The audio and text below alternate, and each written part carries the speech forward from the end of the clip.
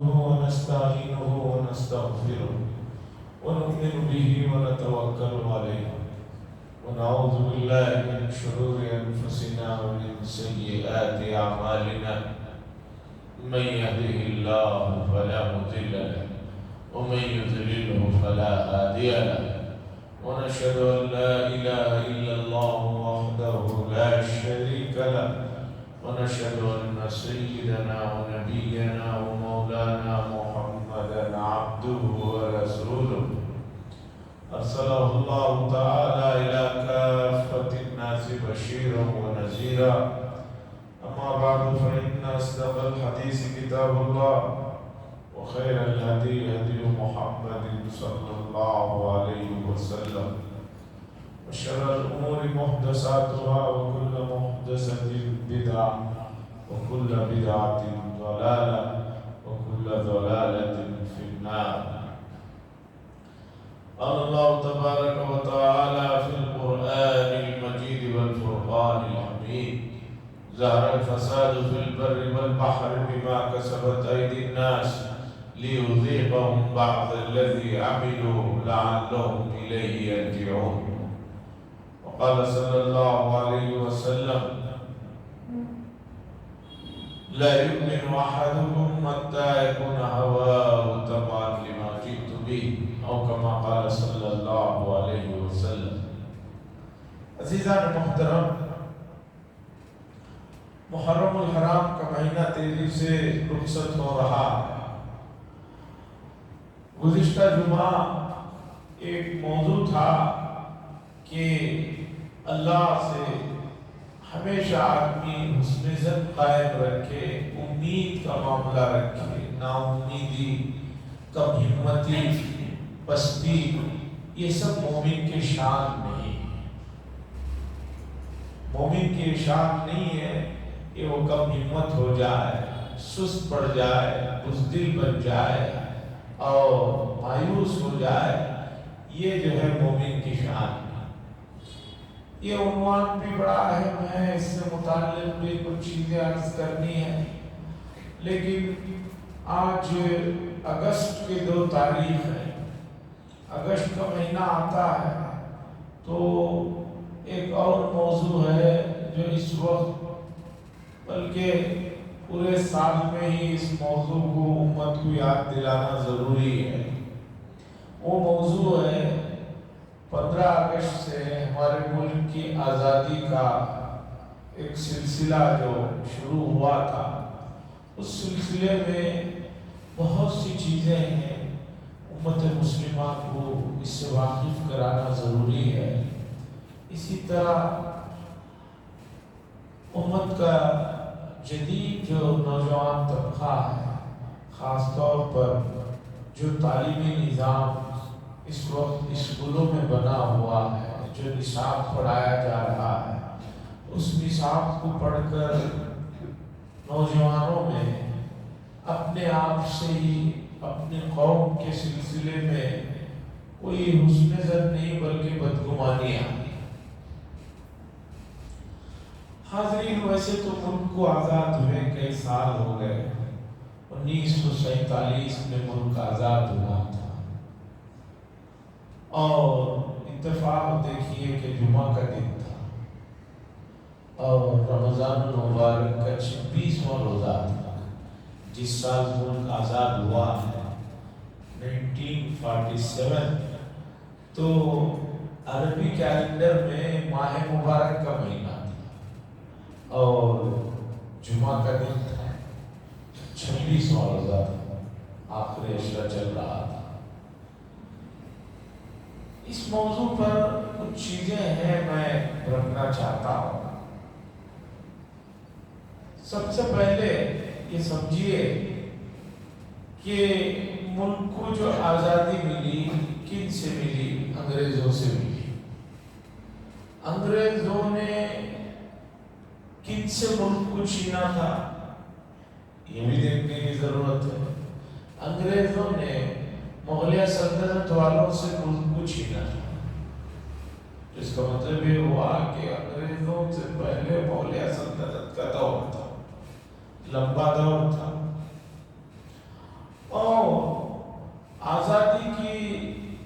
جو جنگ یا اس کی جو تحریکیں وہ آخر وقت کی کچھ لوگوں کو معلوم ہے، 47 سے پہلے سے متعلق کچھ جو ہے تاریخیں معلوم ہے، لیکن ملک کی تاریخ کا سلسلہ اس سے بہت پہلے سے چلتا ہے، 1700 سے شروع ہو جاتا ہے۔ 1495 میں پہلی مرتبہ پرتگال ان کا ہیڈ جو ہے واسکو ڈی گاما وہ آیا تھا، وہ آدمی جو ہے اسی ہمارے علاقے میں جو کیلیکٹ کا ایریا گوا کا جو پٹی ہے وہاں آیا، وہاں رہا، آہستہ آہستہ اس نے اس ملک کو دیکھا کہ بھی یہ ملک میں تو بہت کچھ سرخیز علاقہ ہے، لوٹنا شروع کیا، اور اس کا دیکھا دیکھی پھر 105-6 سال کے بعد یوروپ والے آئے 1601 میں، 1495 میں پرتگال سے آئے، اس کے تقریباً 104-5 سال بعد یوروپ والے 25,000 پاؤنڈ کے لے کر جو ہے وہ آئے تھے 1601، اور وہ آئے تھے بنگال میں، انہوں نے پھر ایسٹ انڈیا کمپنی قائم کی، پھر انہوں نے آہستہ آہستہ سب سے پہلے بنگال ہی میں جو وہاں کی حکومت تھی سراج الدولہ کی اسے ختم کیا، اور ختم ہونے میں بھی اپنے ہی لوگوں کی سازشیں رہی۔ کیا بتائیں، منافقوں کا، غداروں کا سلسلہ حضرت عثمان رضی اللہ تعالیٰ عنہ کی شہادت سے آپ تاریخ کا مطالعہ کریں گے، امت کو سب سے زیادہ نقصان منافقوں سے اور غداروں سے ملا ہے۔ حضرت عثمان رضی اللہ تعالیٰ عنہ کی شہادت سے دیکھیے، یہاں تک تاریخ آپ دیکھیے، جتنے بھی بڑے حادثے ہوئے، حتیٰ کہ ابھی 2-3 دن پہلے حماس کے سربراہ اسماعیل ہانیہ صاحب جو شہادت ملی، اس میں بھی آپ کیا سمجھتے ہیں؟ غداروں کا ہاتھ۔ اور عجیب بات ہے، تاریخ کا دیکھیے کتنا عجیب المیہ ہے، ایران والوں نے، شیعہ لوگوں نے حضرت حسین رضی اللہ تعالیٰ عنہ کو بھی بلا کر ایسے ہی شہید کروایا تھا۔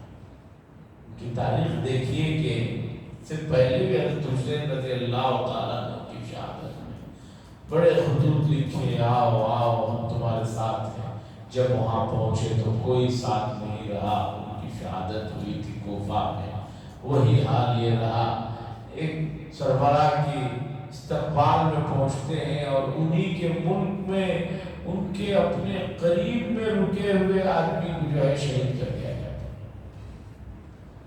اور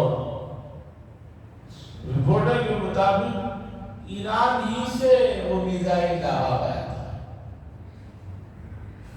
اور عجیب بات یہ ہے کہ ان کی نماز جنازہ بھی وہی پڑھ رہے ہیں۔ حاضرین، امت گرامی، امت مسلمہ بڑی ہی خوش فہمیوں میں یا جہالتوں کے اور ظلمتوں کے اندھیریوں میں جی رہی ہے، ان کو پتہ ہی نہیں ہے کون مخلص ہے، کون مخلص نہیں، کون کیا چاہ رہا ہے۔ اور اس سب سے بڑھ کر بات یہ ہے کہ آپ کو اور مجھے یہ دیکھنا ہے کہ ہم سے اللہ کیا چاہتے ہیں۔ آپ تو ان کا تو دیکھ رہے ہیں کہ وہ کیا چاہتا ہے، یہ کیا چاہتا ہے، ان کی کیا خواہش ہے۔ ارے بھئی، آپ سے اللہ کیا چاہتے ہیں یہ تو آپ معلوم کریں، یہ آپ کا بنیادی فریضہ ہے، اس سے نیچے کوئی صورت ہی نہیں ہے، اس سے کم پر کوئی معافی تلافی کا سوال ہی نہیں ہے۔ اللہ آپ سے کیا چاہتے ہیں یہ آپ کو معلوم کرنا ضروری ہے، اس کے بغیر کام نہیں چلے گا۔ اور یہ ایسا مسئلہ ہے کہ قیامت کے دن اس سلسلے میں آپ کوئی عذر بھی نہیں پیش کر سکیں گے، آپ یہ نہیں کہہ سکیں گے کہ مجھے معلوم نہیں ہوا، میرے پاس علم نہیں تھا، میرے پاس عقل نہیں تھی، میرے پاس وسائل نہیں تھے، میرے پاس ذرائع نہیں تھے، میں گاؤں میں تھا، میں جنگل میں تھا، میں شہر میں تھا، میں مزدور تھا، میں ملازم تھا، میں بے بس تھا، یہ کوئی عذر وہاں نہیں چلے گا قیامت کے دن، اس معاملے میں کوئی عذر نہیں چلے گا۔ دوسرے معاملات میں ہو سکتا ہے چل جائے کہ آپ کو معاف کر دیا جائے، ہاں بھئی آپ کی مجبوری تھی، یہ تھی، لیکن اللہ کی مرضی کیا تھی یہ معلوم کرنے کے سلسلے میں آپ کوئی عذر اور بہانہ قیامت کے دن نہیں پیش کر سکتے۔ عزیزان گرامی، ملک کو آزاد ہوئے دیکھیے کتنا عرصہ، بہت کیا 100 سال بھی نہیں، 47 سے لے کر ابھی 24 کو لے لیجئے، کم از کم 80 سال کے آس پاس کا قصہ ہے۔ ادھر 53 سال ہے، ادھر 24 سال ہے، کتنے ہو جاتے ہیں 78 ایئرز کا کچھ عرصہ ہے ملک کو آزاد ہوئے۔ میں نے سارے گزشتہ بھی بتایا، ملک کی آزادی میں کتنا بڑا حصہ رہا امت مسلمہ کا اور امت مسلمہ کے بڑے لوگوں کا، لیکن کتنے افسوس کی بات ہے کہ اب امت مسلمہ کی کسی بھی فرد کو نہ یاد کیا جاتا ہے نہ ان کا نام لیا جاتا ہے۔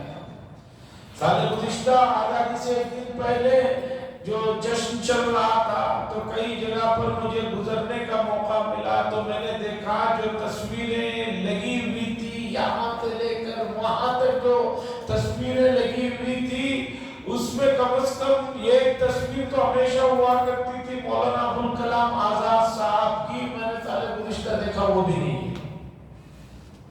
مولانا ابوالکلام آزاد صاحب کی بھی تصویر نہیں ہے۔ باقی دوسرے علماء نے جو قربانیاں دی ہیں، جنہوں نے جیلوں میں جو ہے اپنی زندگیوں کا نذرانہ پیش کیا ہے، اپنے بچوں کو یتیم بنا دیا، اپنے بیویوں کو بیوہ بنا دیا، ان کی تو تاریخ کا تو کچھ حصہ ہی نہیں ہے۔ پہلی جنگی آزادی کے سلسلے کی کڑی جو ہے کلکتہ سے شروع ہوتی ہے، وہاں جو ہے غداری ہوتی ہے، اور وہاں جو ہے 1700 کے بعد کے عیسوی میں پلاسی کی جو اس میں انگریزوں نے جو ہے سراج الدولہ کی فوج کو شکست دے کر جو ہے اس کے بعد ان کے قدم بڑھتے ہیں، یہاں تک کہ دلی آتے ہیں۔ جب تک اورنگزیب رحمت اللہ علیہ تھے تب تک تو کچھ ہمت نہیں تھی، 1760 میں اورنگزیب رحمت اللہ علیہ بھی انتقال ہو جاتے ہیں۔ اس کے بعد کا جو عالم رہتا ہے وہ طوائف الملوکی کا رہتا ہے، عیاشیوں کا، منمانی زندگیوں کا رہتا ہے، یہاں تک کہ مغلیہ سلطنت کے آخری بادشاہ کے پاس آ کر جو ہے انگریزوں نے کہا یہ آج سے بات ہوگی، خلق خدا کی ہے اور حکومت جو ہے بادشاہ سلامت کی ہے، لیکن حکم جو ہے انگریزوں کا چلے گا، اس پر دستخط کرو۔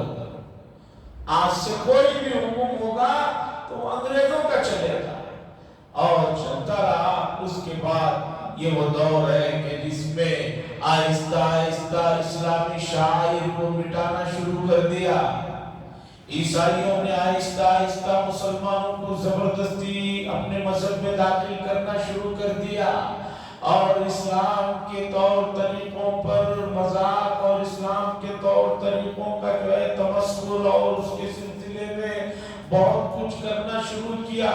اس زمانے میں حضرت شاہ ولی اللہ صاحب محدث دہلوی علیہ الرحمہ کے فرزندان تھے، انہوں نے سب سے پہلے حضرت شاہ عبدالعزیز محدث دہلوی علیہ الرحمہ نے فتویٰ دیا کہ یہ جو انگریز یہاں پر غاصب بیٹھے ہوئے ہیں ان کے خلاف جہاد کرنا فرض ہے، اور اگر نہیں کریں گے تو آنے والے دنوں میں تمہارے یہاں کوئی کلمہ پڑھنے والا نہیں رہ جائے۔ اس کے بعد سوئی ہوئی قوم اٹھی، اس کے بعد شروع ہوئی اور مسلسل یہ سلسلہ چلتا رہا، یہاں تک کہ 1858 میں غدر کے نام سے مشہور جو ہے میرٹھ میں حادثہ پیش آیا، وہاں بھی جو پہلی جنگ میں شرکت کی وہ حضرات علماء کرام تھے، کتنے بڑے بڑے علماء اس میں شہید ہوئے۔ یہ سلسلہ چلتا رہا، لیکن آخر میں امت مسلمہ جو ہے ایسے بری طرح پھنسی، ایسے بری طرح مات کھائی کہ جو ہے بس اللہ حفاظت فرمائے۔ امت جو ہے کسی پہ بھروسہ کرنا، اور خاص طور پر اللہ والوں پر تو بھروسہ کرنے کے سلسلے میں ان کا تو شروع سے ایک ہی رواج رہا ہے کہ اللہ والوں کو بھروسہ نہ کیا، کہتے ہیں کہ ان کو کچھ پتا نہیں۔ یہاں دکن میں حضرت ٹیپو سلطان شہید رحمۃ اللہ علیہ 1799 میں ان کو شہید کر دیا گیا۔ ایک لمبی تاریخ ہے، اس پوری تاریخ کو دہرانے کا سنانے کا تو کوئی ارادہ نہیں ہے۔ میں یہ کہنا چاہتا ہوں کہ آزادی کے سلسلے میں جب انگریزوں کے خلاف علماء اٹھے اور انہوں نے فتاویٰ دیا، دوڑ دھوپ کی، کیوں کیا؟ اس لیے کہ ان کو حکومت میں، سلطنت میں، ملک میں، محلوں میں اور اسی طریقے پر جو ہے اور دوسرے جو ہے اس زمانے کے گھوڑوں میں، ان میں دلچسپی نہیں تھی، بلکہ اسلام کی جو خوبیاں، اسلام کے احکامات جو مٹ رہے تھے اور شاعری کو جو مٹایا جا رہا تھا، اور امت مسلمہ جو ہے بالکل جو ہے تصوری کی حالت میں اور جو ہے احساس جو کمتری میں جی رہی تھی، اسے دور کرنا مقصد تھا۔ آج تجزیہ کیا جائے 77 سال کے بعد، آج ہر دن کا تجزیہ کیا جائے تو آج یہ حالت ہو گئی ہے کہ امت مسلمہ میں کسی حد تک پھر وہی ماحول دوبارہ شروع ہو گیا ہے، دین میں دلچسپی ختم ہو گئی ہے۔ خاص طور پر تعلیم یافتہ طبقہ سمجھتا ہے کہ دینی نام لگا رہنے سے، دین میں دلچسپی دکھانے سے میری دنیا بھی برباد ہو جائے گی، میری آخرت کا تو انہیں کوئی مسئلہ ہی نہیں ہے۔ لوگ تو آخرت کو حساب ہی میں نہیں رکھے، وہ صرف دنیا کو جانتے ہیں۔ وہ سمجھ رہے ہیں کہ بھئی اگر ہم اسلام اور اسلامی چیزوں میں دلچسپی رکھیں گے تو ہماری دنیا تو جو ہے کچھ ہاتھ آئے گی نہیں، ہماری دنیا ختم ہو جائے گی۔ اور تعلیمی نظام دیکھیے پورے ملک میں آہستہ آہستہ کس طرح ہوتا جا رہا ہے۔ تاریخ کے ان تمام عظیم ہستیوں کو آج مجرموں کے کٹے کھرے میں لا کر کھڑا کر دیا گیا ہے، مجرموں کے کٹکھرے میں لا کر کھڑا کر دیا گیا ہے۔ امت مسلمہ کے بہت کم لوگ جن کا اسکولوں میں، تاریخوں میں، جغرافیائی دوسری کتابوں میں جو پڑھایا جاتا تھا، آہستہ آہستہ ختم ہو کر رہ گیا ہے۔ سب سے بڑی مثال لیجئے ہماری اپنی ریاست کے سب سے عظیم شخصیت، بلکہ پوری ملک کی عظیم شخصیت مانی جانے والی، جنہیں انگریز جو ہے جن سے کانپتے تھے، جن سے ڈرتے تھے، حضرت ٹیپو سلطان شہید رحمۃ اللہ علیہ، آج دوسری ریاستوں میں نہیں اپنی ریاستوں میں خود ان کو جو ہے انتہائی مجرمانہ انداز میں ان کے کیریکٹر کو پیش کیا جا رہا ہے، اور ان کے بارے میں ایسی باتیں پھیلائی جا رہی ہیں گویا یہ ایک بہت ہی بڑے جو ہے دشمن تھے ملک کے اور برادران وطن کے۔ حالانکہ آج بھی کرناٹک اور دوسرے آس پاس اس سے لگے ہوئے صوبوں میں بڑی بڑی مندروں کو انہوں نے جو زمینیں گفٹ میں دی ہیں اور تحریریں جو فارسی زبان میں لکھی ہوئی ہیں وہ موجود ہیں۔ ہم نہیں کہہ رہے ہیں، خود برادران وطن میں جو انصاف پسند طبقہ ہے وہ کہہ رہا ہے۔ ایسی شخصیت کو اپنے علاقے میں یہاں سے 100 کلومیٹر کے فاصلے پر ہے اس طرح مجرم بنا کر اور اس طرح کے حالات میں لا کر رکھ دیے ہیں، تو سوچئے کہ شیطان ابلیس اور اس کی ذریت انسانیت کو لڑانے میں، انسانیت میں دشمنی پیدا کرنے میں کتنی محنتیں کر رہی ہیں، کتنی کوششیں کر رہی ہیں۔ کیا ماحول تھا اور آج 77 سال کے بعد، 50 سال کے بعد کیا ماحول ہو گیا ہے۔ اگر امت مسلمہ بیدار نہیں ہوئی، اپنی ذمہ داری کو نہیں سمجھی، آپ کی ذمہ داری کیا ہے قرآن نے بتائی، اور قرآن سے پوچھئے آپ اپنی ذمہ داری کیا ہے۔ لوگوں سے کیا پوچھتے ہیں، ان سے کیا پوچھتے ہیں؟ آپ کے پاس تو بنیادی کتاب قرآن مجید ہے، قرآن مجید سے پوچھئے کہ آپ کا بنیادی کام کیا ہے۔ قرآن نے کیا آپ کو ذمہ داریاں دی دیا ہے. قرآن نے کہا کنتم خیر امت اخرجت للناس تأمرون بالمعروف وتنہون عن المنکر وتؤمنون باللہ. تم ایک ایسی امت ہو کہ تمہیں جو ہے بہت سے لوگوں نے منتخب کر کے نکالا گیا ہے. تأمرون بالمعروف، لوگوں کو اچھائیوں کا حکم کرنا یہ تمہاری ذمہ داری ہے. ایک آدمی کو اچھائیوں کا راستہ دکھانا تمہاری ذمہ داریوں میں سے ہے. تمہیں صرف کھانے پینے گھومنے پھرنے عیش و آرام کرنے اپنی ذات تک محدود رہنے کے لیے نہیں بھیجا گیا.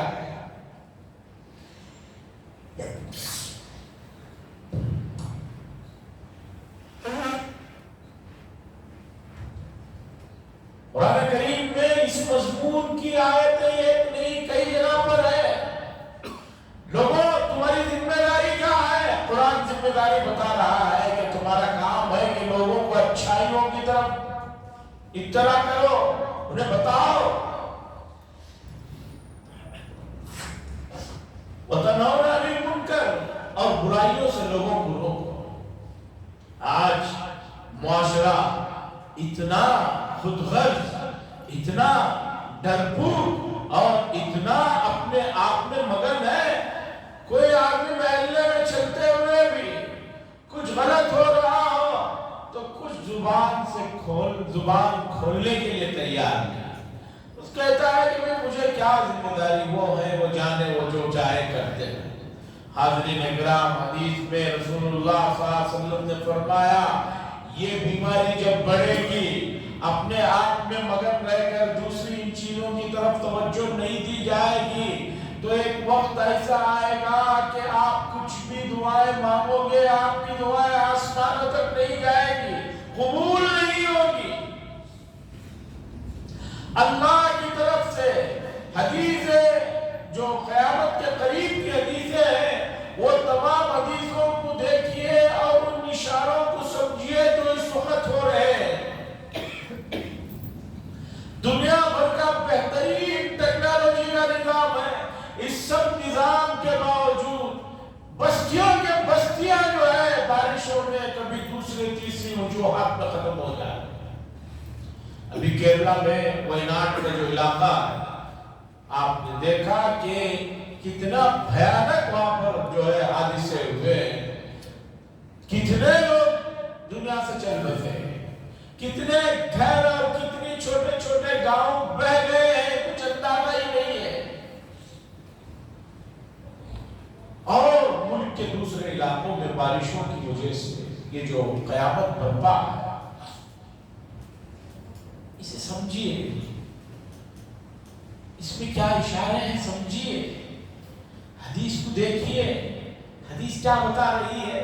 حدیث بتا رہی ہے زمینوں کا دھس جانا اور اسی طرح ہاتھیوں کا اڑنا، سمندروں میں اس طرح کی چیزوں کا پیش آنا، یہ قیامت کے قریب کی نشانیاں ہیں اور یہ گناہوں کی کثرت کی نحوست ہے. میں نے 22ویں پارے کی آیت پڑھی، میں اب آیت کی طرف آتا ہوں. اللہ فرماتے ہیں 22ویں پارے کی آیت میں آپ دیکھیے، ظہر الفساد فی البر والبحر، زمین میں اور سمندر میں دونوں جگہ فساد ظاہر ہو گیا. سمندروں میں بھی فساد ظاہر ہو گیا اور زمین میں بھی فساد ظاہر ہو گیا. ظہر الفساد فی البر والبحر، کیوں ظاہر ہوا؟ بما کسبت ایدی الناس. اللہ فرما رہے ہیں یہ سب لوگوں کے ہاتھوں کے کرتوتوں کی وجہ سے. انسان پورا گنہگار، لیکن ہاتھوں کا مین عمل دخل رہتا ہے، اس لیے ہاتھ بول کر پورے انسان کو مراد لیا جاتا ہے عربی زبان میں. بما کسبت ایدی الناس، لوگوں کے ہاتھوں کی کرتوتوں کی وجہ سے.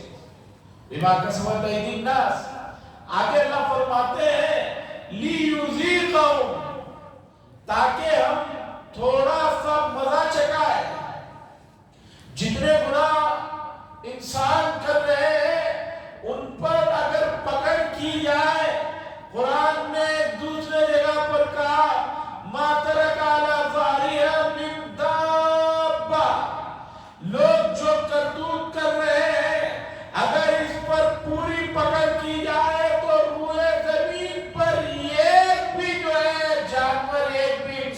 زندہ نہیں رہے. لیکن 8 ارب کی آبادی زندہ ہے, اتنے لوگ موجود ہیں, کھا پی رہے ہیں. تو اب اس آیت کو سمجھئے لِيُذِيقَهُمْ بَعْضَ الَّذِي عَمِلُوا, تاکہ چکھائے ہم جو کچھ انہوں نے لوگوں نے کیا ہے اس کا تھوڑا سا مزہ چکھائے. ان کی آنکھوں کو کھولنے کے لیے, ان کو متنبہ کرنے کے لیے, ان کو بیدار کرنے کے لیے, ان کو ہوشیار کرنے کے لیے. ارے یہ سب کچھ جو ہو رہا ہے یہ ایسے ہی بے سبب نہیں ہو رہا ہے, اس کے پیچھے کے سبب کو سمجھو, اور اس سبب کو روکنے کا طریقہ یہ ہے کہ تم اللہ کی طرف متوجہ ہو جاؤ, اللہ کی طرف رجوع کرو, اور اللہ کے سامنے گر گڑاؤ, اور اللہ نے جس مقصد کے لیے تمہیں پیدا کیا ہے اس مقصد کو سمجھو, اور دنیا کی جو مدت ہے اسے جانو. دنیا کب سے بنی ہے اللہ بہتر جانتے ہیں, کب تک رہے گی اتنا تو سب جانتے ہیں کہ دنیا ہمیشہ رہنے والی نہیں. یہ تو جو لوگ کسی مذہب کو نہیں مانتے ہیں وہ بھی یہ بات کہتے ہیں یہ دنیا ہمیشہ رہنے والی نہیں.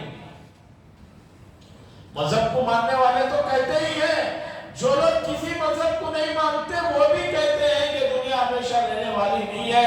اس لیے کہ سورج میں سے اتنے ٹن جو ہے گرمی روزانہ یہ ہو رہی ہے, بڑھ رہی ہے, یہ ہوگا وہ ہوگا, اس کے بعد یہ پورا جل کر خاک ہو جائے گا اور تمام تباہ و برباد ہو جائے گا. یہ تو سب نئی مذہب کو ماننے والے بھی جو ہے کہہ رہے ہیں. تو دنیا کب تک رہے گی ہمیں اس سے کیا پتہ؟ میں اور آپ کب تک رہیں گے؟ میں اور آپ تو ہمیشہ رہنے والے ہیں, ہمیں تو انتقال ہونے والا ہے. اور ہمارے اپنے عقیدے کے مطابق انتقال ہوتے ہی عالم برزخ شروع ہوتا ہے, پھر ایک نئی دنیا ہمارے لیے شروع ہوگی, وہ اصل دنیا ہے. اس دنیا کے لیے ہم نے کیا تیاری کی ہے یہ جاننا مسئلہ ہے. بعض حضرات ایسی چیزوں کے پیچھے لگے رہتے ہیں جس کا کوئی مطلب نہیں ہے, جس سے کوئی ذاتی ان کو فائدہ نہیں ہے. آپ اس مسئلے کو دیکھیے کہ میرے اور آپ کی زندگی کے کتنے دنوں کی گارنٹی ہمارے پاس. سب جانتے ہیں کہ کسی کی بھی زندگی کی گارنٹی وہ خود بھی نہیں لے سکتا, نہ کوئی اور اس کی گارنٹی دے سکتا. چھوٹی چھوٹی بیماریاں, چھوٹی چھوٹی بخاروں نے گزشتہ ابھی 1 مہینے 1.5 مہینے میں بہت سے نوجوان, بہت سے تندرست اور بہت سے جو ہے ہٹے کٹے لوگوں کو جو ہے اس دنیا سے دوسری دنیا کو پہنچا. تو اللہ فرماتے ہیں لِيُذِيقَهُمْ بَعْضَ الَّذِي عَمِلُوا, تاکہ ہم چکھائیں مزہ بعض ان کے کاموں کا. پورے گناہوں کی سزا نہیں ہے. ایک بندہ جو پوری نافرمانی کر رہا ہے اس کی پوری سزا اللہ نہیں دے رہے, تھوڑا سا مزہ چکھا رہے ہیں.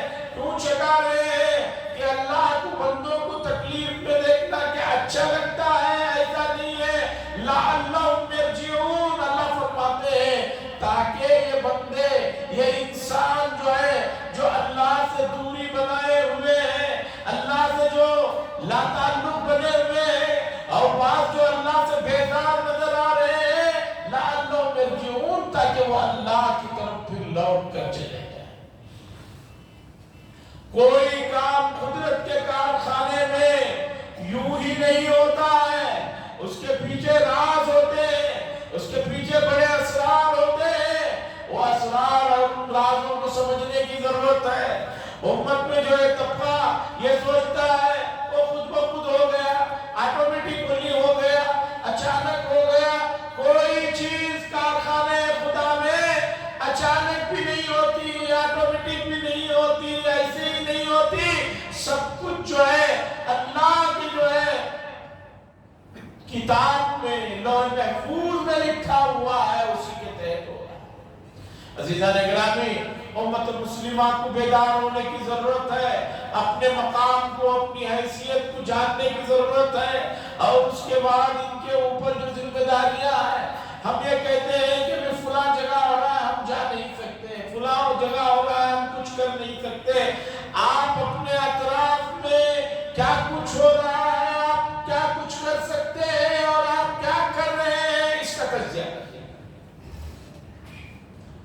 عزیزان گرامی، شیطان اور اس کی ذریت نے انسانوں کے درمیان میں خلیج کو دن بدن بڑا کرتے جا رہے ہیں۔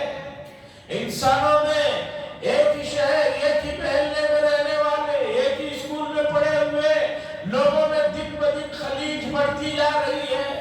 نفرتیں عروج پر ہیں، ان نفرتوں کو کم کرنا، اس فاصلے کو مٹانا، اور انسانیت کے دشمن جو شیطان کی بات سن کر جو ہنگامے کر رہے ہیں ان کی طرف توجہ دینا ہماری ذمہ داری ہے۔ ہمارے بڑوں نے ملک کی آزادی کے لیے اپنے جانوں کی قربانیاں دی تھی، بڑی لمبی تاریخ ہے، اتنا کچھ انہوں نے اپنا سب کچھ جو ہے مل کر جو ہے کام کر کے یہ کیا۔ آج ملک کی آزادی کو صرف اتنے سال گزرے، آج ایسی باتیں سننے کو مل رہی ہیں، کوئی بات ہوتی ہے کہا جاتا ہے کہ بھی ملک چھوڑ کر چلے جاؤ، تمہارا یہ ملک نہیں ہے۔ عزیزان گرامی، ایک ملک اور آزادی کے موقع پر بنا، وہ ہماری مرضی سے نہیں بنا تھا، بلکہ اس وقت وہاں پر اس ملک کی تقسیم کے لیے جو ووٹ دیے گئے تھے وہ امت مسلمہ نے نہیں، پنجاب کے لوگوں نے جو دوسری برادری کے تھے انہوں نے ووٹیں دیے تھے، ان کی خواہش پر جو ہے وہ بنا تھا۔ ہمارا اس میں کوئی کردار نہیں ہے۔ ہم جو ہے اپنے ملک میں اپنے مرضی سے، اپنی خواہش سے یہاں پر ہے، کسی کی جو ہے زور زبردستی یا مجبوری سے ایسا نہیں ہے، ہم نے پسند کر کے جو ہے رہنا قبول کیا۔ ایسے میں ملک میں بڑھتی ہوئی منافرت، ملک میں بڑھتا ہوا یہ جو معاملہ ہے اسے کم کرنے کے لیے موجودہ زمانے میں بہت کام کرنے کی ضرورت ہے، اور وہ کام کی شروعات آپ یہاں سے کریں کہ آپ کو رسول اللہ صلی اللہ علیہ وسلم نے جو شریعت مصطفی لا کر اللہ کے پاس سے دیا ہے، اس مصطفی شریعت پر آپ چلنا شروع کر دیجئے۔ آپ سب سے پہلے شریعت کے پابند ہو جائیے، آپ کے کردار سے، آپ کے قول سے، آپ کے عمل سے خود ہی دوسرے لوگ جو ہے متاثر ہونا شروع ہو جائیں۔ امت یہ مسئلے میں جو ہے دیکھتی ہے کہ میں اپنے سے شروع کرنا ہے، کہتی ہے نہیں ایسا کام بتائیے کہ جس میں مجھے بدلنا نہ پڑے، اپنے کو بدلنے کے لیے تیار نہیں ہے۔ عبادات میں تھوڑا بہت ہم سن لیں گے بات کو، معاملات میں، معاشرت میں، اخلاق کے معاملے میں شریعت نے جو تعلیمات دی ہیں اس کی بات نہ کریں، اس پر ہمارے لیے چلنا مشکل ہے، اس لیے کہ اس پر چلیں گے تو ظاہری طور پر ہمارا دنیا کا نقصان ہوگا، ہمارے کاروبار کا نقصان ہوگا، ہمارا گھاٹا ہوگا، ہمارا بینک بیلنس کم ہو جائے گا، اس لیے معاملات میں، معاشرت میں، اخلاق میں جو ہے کوئی بات نہ بتائی جائے، بلکہ جو ہے تھوڑا بہت عبادات کے معاملات میں بھئی ہماری عبادتیں ان کو کہاں نظر آتی ہیں؟ آپ مسجد میں 20 رکعت پڑھیں، 24 پڑھیں، آپ قرآن پڑھیں، ذکر کریں، روئیں دھوئیں، لیکن باہر برادران وطن کو آپ کی نماز نظر نہیں آتی ہے، آپ کا معاملہ نظر آتا ہے، آپ کی بات چیت نظر آتی ہے، آپ کے ساتھ کیا جانے والے کاروبار میں آپ کی سچائی اور آپ کا جو ہے صاف صاف بات کرنا، وعدے کی پابندی کرنا، یہ چیزیں ان کو نظر آتی ہیں، آپ اس کے ذریعے سے جو ہے ان کو متاثر کر سکتے ہیں، آپ اپنی عبادت سے ان کو متاثر نہیں کر سکتے۔ رسول اللہ صلی اللہ علیہ وسلم کفار مکہ اتنی دشمنی کے باوجود بھی حضور صلی اللہ علیہ وسلم کو مکہ المکرمہ سے نکال رہے، اس کے باوجود بھی اپنی امانتیں آپ کے پاس رکھی۔ تاریخ دیکھ لیجئے کہ رسول اللہ صلی اللہ علیہ وسلم مکے سے ہجرت کر رہے ہیں، لیکن اپنے بستر پر اپنے گھر میں حضرت علی رضی اللہ تعالیٰ عنہ کے پاس وہ امانتیں چھوڑ کر جاتے ہیں اور کہتے ہیں کہ یہ فلاں فلاں کی امانت ہے، ان کو تم پہنچا دینا، میں اگر پہلے ہی سے دوں تو ان کو شک ہو جائے گا میرے سفر کا،